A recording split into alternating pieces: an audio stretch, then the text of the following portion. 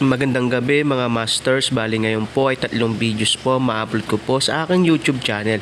Tama nga mga masters, 3 videos nga po ma-upload ko po. Yon, what's up mga masters? Nandito na naman tayo sa panibagong araw, panibagong kabanata na naman ang pagsasama-samahan natin ngayon guys.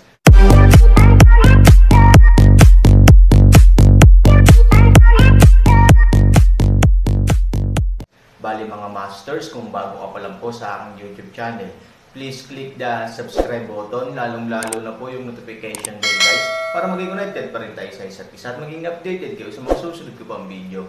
Bali mga masters, bago natin umpisahan ng kwento ay mag-shoutout po muna tayo para sa mga solid nating tagapakinig. Shoutout kay Justin Villanueva, shoutout kay Jay Elacas, shoutout kay Henry Swan, shoutout kay Jeps. Yun na nga mga masters, no? Bali hindi na ito patagalin. In 3, 2, 1, let's go! Mga masters, baka pwedeng hindi tayo mag-skip ng ads. Salamat mga masters. Ang bagong yugto ni Daryl sa storytelling channel sa YouTube mapapakinggan. Ang bagong kabanata na ang mga kasundaluhan niya na libo-libo na nakikipaglaban sa labas ng kanyang kaharian ay wala ng mga buhay. At kaya nasa Westrington si Zubaji sa mga oras na ito. Dahil ang pakay nito ay wasakin ang imperyo ng Westrington at patayin siya nito.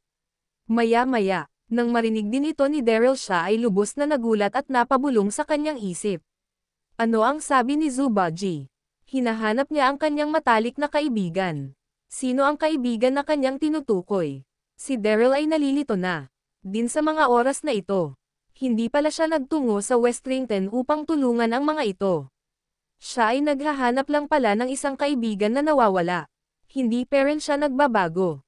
Sabi ni Daryl sa kanyang sarili. Ngunit saan nanggalit ang mga dugo sa kanyang robe? Si Daryl ay sobrang nalilito sa mga oras na ito. Nais niyang magpakilala kay Zubaji at nais nitong sumigaw upang ito ay makatulong sa kanila. Ngunit hindi pwede gawin ito ni Daryl. Dahil hindi niya alam na baka ang North Mona ay kaaway talaga ang turing na sa Elysium Gate. Na kahit na kaibigan niya si Zubaji. Ngunit matagal na panahon na ang nagdaan. Baka ito ay nagbago na at ito ay tuluyan ng kinalaban ang kanyang pamilya. At maya-maya si General Hameno ay biglang nagsalita sa nanghihina na boses. Habang ito ay nakahawak sa balikat ni Daryl. Master, sa aking pagkakaalam walang ibang kaibigan ang Emperor ng North Mona. Kung hindi ikaw lang, baka ang kanyang tinutukoy na matalik na kaibigan ay ikaw Master. Nandito siya para tulungan niya tayo. Sabi ni General Hameno sa nanghihinang boses. Nang marinig ito ni Daryl, siya ay biglang bumalik sa ulirat. At winasiwas ang kanyang espada upang hindi makalapit ang mga kasundaluhan ng Westrington sa kanila. At ito ay napaisip, mukhang tama nga si General Hameno. Sa tagal na panahon, wala naging kaibigan ito si Zubaji. Tanging ako lang ang tinuturing nitong kaibigan, at kung ako nga ang kanyang tinutukoy na kaibigan. Paano niya nalaman na ako ay nakabalik na sa mundo ng mga tao? Bulong ni Daryl sa kanyang sarili. Habang pinipigilan niya ang mga kasundaluhan ng Westrington na makalapit sa kanila ni General Hameno. Maya-maya, at si Daryl ay biglang nagpasya. Bahala na. At si Daryl ay biglang sumigaw. Kaibigan Zo, ang immortal na aking natulungan na makatakas sa pagkakakulong sa North Mona sa libo-libong taon. Sigaw ni Daryl. Oo, kung ating babalikan ang mga nagdaan na nangyari. Si Zubaji ay nakulong sa lihim na lugar sa North Mona. At dahil sa powder na dala-dala ni Daryl, nakaalis ito sa pagkakakulong sa North Mona. At si Zubaji ay tuluyan nakalaya. Ang immortal na si Zubaji ay walang kamatayan. Kaya ang mga sinaunang namumuno sa North Mona noon ay nagpasya hulihin at ikulong ito sa kanilang imperyo. Sa mahabang panahon, upang ito ay hindi na makapanggulo pa. Dahil ang pag-uugali dati ni Zubaji ay masyadong malupit at walang awa. Ito ay naglilibang sa pagpatay. Nang marinig ito ng lahat, lalo na sila Emperor Dwayne at Zubaji, sila ay nagulat. Ano? Ang lalaki na iyon na. Average lamang. Ang spiritual na tinataglay ay kaibigan ng Emperor ng North Mona. Na si Zubaji ang immortal na nilalang sa aming mundo. Sabi ni Emperor Dwayne sa pagkakagulat na tono. At nang marinig ito ni Zubaji ang eksakto nangyari sa kanilang ni Daryl, kaya naging magkaibigan sila. Napagtanto niya na, na si Daryl nga ang isa sa dalawang kinukubkab ng mga kasundaluhan ng Westrington sa mga oras na ito. At hindi na nagdalawang isip pa si Zubaji. Hinimok niya ang kanyang buong spiritual. At mabilis itong lumipad pababa na parang isang hangin. At ito ay gumuhit sa kanyang nadaanan. Ang hangin ay lumakas, at sa ilang segundo lang, daang-daan na kasundaluhan na nasa harapan nila Daryl ay nagsitalsikan at sa pagbagsak nito ay mga wala ng buhay. Nang makita ito ni Emperor Dwayne siya ay labis ang pagkagulat. At maya-maya ito ay nagalit.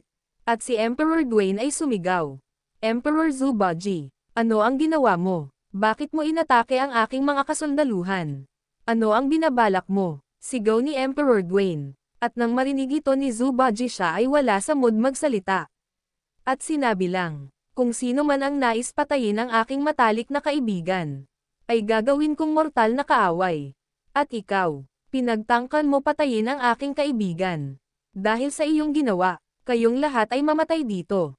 Sigaw ni Zubaji. Nang marinig ito ni Emperor Dwayne, siya ay labis ang pagkagulat at nakaramdam din ito ng takot sa mga oras na naririnig niya ang mga sinasabi ni Zubaji. At siya ay napasigaw. Ano? Ang ating kasunduan ay iyong wawakasan na at ang aking pamumuno sa Westrington ay iyong lalabanan. Lapastanganan ka. Wala kayong isang salita. Dapat dati palang winasak ko na ang North Mona. Sigaw ni Emperor Dwayne. Nang marinig ito ni Zubaji siya ay sumagot. Emperor Dwayne, sa tingin mo ba talagang pumanig kami sa inyo? Ang inyong imperyo at iyong pamumuno ay napakasama. At sa tingin mo ba natatakot ang North Mona sa Westrington? Matagal ko nang gusto wasakin ang Westrington. Ngunit pinipigilan lang ako ng aking mahal na asawa na si Ganggang. Kung hindi dahil sa kanyang matagal ka nang patay, at ngayon pinahintulutan na ako ni Ganggang na gawin ang mga bagay na ito ngayon. Kaya ngayon ay magwawakas na ang iyong kasamaan. Sigaw ni Zubaji. At nang marinig ito ni Emperor Dwayne, siya ay nagmumura at sumigaw. Patayin silang lahat. At ang mga kasundaluhan ng Westrington ay hindi sumunod sa utos ni Emperor Dwayne. Ang mga libo-libong kasundaluhan ng Westrington ay sobrang takot na takot sa mga oras na ito. Dahil nararamdaman nila ang lakas ni Zubaji. At alam nila kung gaano kalupit ang Emperor na ito na mula sa North Mona. Walang nagtangka kahit isa na lumusab. Nang makita ni Emperor Dwayne na walang kumilos sa kanyang mga kasundaluhan ito ay labis na nagalit. At si Zubaji ay nakakatakot ang spiritual na lakas na pumapalibot sa katawan nito. Habang ito ay nakatayo malapit kila Daryl. At sa mga oras na ito si Daryl ay labis ang saya. At ito ay nagsalita habang hawak-hawak si General Hameno. Kaibigan Zubaji, nagkita muli tayo. Ilang taon ang lumipas. Hindi ka pero nagbabago. Sabi ni Daryl. At nang marinig ito ni Zubaji, siya ay napakamot ng ulo at sinabi, patawad na huli ako ng dating. Ang iyong kasama ay lubos na nasugatan na. Kung dumating lang ako sa tamang oras, hindi mangyayari ang ganito. At maya-maya naisip ni Zubaji ang iilang mga bagay tulad ng hindi paglabas ni Daryl ng kanyang tunay na lakas. At si Zubaji ay nagsalita sa mahinang boses. Kapatid Daryl, bakit hindi mo nilabas ang tunay mong kakayahan na tinataglay? Hinayaan mo pang masaktan kayo ng mga hangal na ito lalo na ang emperor nila. Anong dahilan mo? May nangyari ba sa iyong spiritual na lakas? Habang ikaw ay wala sa mundong ito, sabi ni Zubaji. Nang marinig ito ni Daryl siya ay napakamot ng ulo. At si Daryl ay nagsalita. Hindi nawala ang aking spiritual na tinataglay. Tsaka ko nasasabihin sa iyo. Kailangan ko muna mailabas si General Hameno sa imperyo ng Westrington, upang siya ay mabigyan ng sapat na lunas. Kaibigan Zo, maaari mo ba kami ilabas sa lugar na ito? Sabi ni Daryl. Nang marinig ito ni Zubaji, ito ay tumawa ng malakas at sinabi, haha, napakasimple ng iyong nais ipagawa. Si Zubaji ay sumigaw ng malakas. At sinabi, kung nais niyong mamatay, kayo ay sumunod sa amin. Nakakatiyak ako na kayong lahat ay mamatay. Sigaw ni Zubaji. At mabilis niyang hinawakan si General Hameno at kinuha kay Daryl. Ako na bahala sa kanya magdala. At si Zubaji ay bitbit si General Hameno at ito ay umangat sa hangin at ganon din si Daryl. At si Zubaji ay sumigaw ulit. Walang maglalakas na sumunod sa inyo. Kung hindi kayo ay mamatay. Sigaw ni Zubaji. Ang apoy ay pinakawalan nito. At ito ay mabilis na pinatungo sa mga kasundaluhan nasa baba. Ang apoy ay nagbigay liwanag sa buong kaharian ng Westrington. Ang mabilis itong tumama sa mga kasundaluhan ng Westrington. At ang mga ito ay nasunog. Ang mga sigawan ng kasundaluhan ng Westrington ay umalangaw sa buong imperyo ng Westrington. Daan-daan kasundaluhan ang nasusunog. At namamatay sa mga oras na ito. Ang libong-libong kasundaluhan ng Westrington ay mabilis na nabawasan sa isang iglap na pag-atake ni Zubaji. At ang mga kasundaluhan ng Westrington ay sobrang natakot. Wala nagtangka na sumunod kila Zubaji at Daryl. Sa galit ni Emperor Dwayne. At nang nakikita niya patakas na sila Zubaji, kasama sila Daryl at General Hameno. Hinimok ni Emperor Dwayne ang kanyang buong lakas na spiritual. At ito ay mabilis na binitawan ang arrow mula sa pana na kanyang hawak-hawak. Ang lakas nito at bilis ay kayang makapunit ng isang matatag na tower. Ang arrow ay tumama sa katawan ni General Hameno na hawak-hawak ni Zubaji. At ang katawan ni General Hameno ay napunit sa dalawa. Ang dugo ay tumalsik sa mga katawan ni Zubaji at Daryl. Sa lakas ng spiritual na nilagay ni Emperor Dwayne sa pana.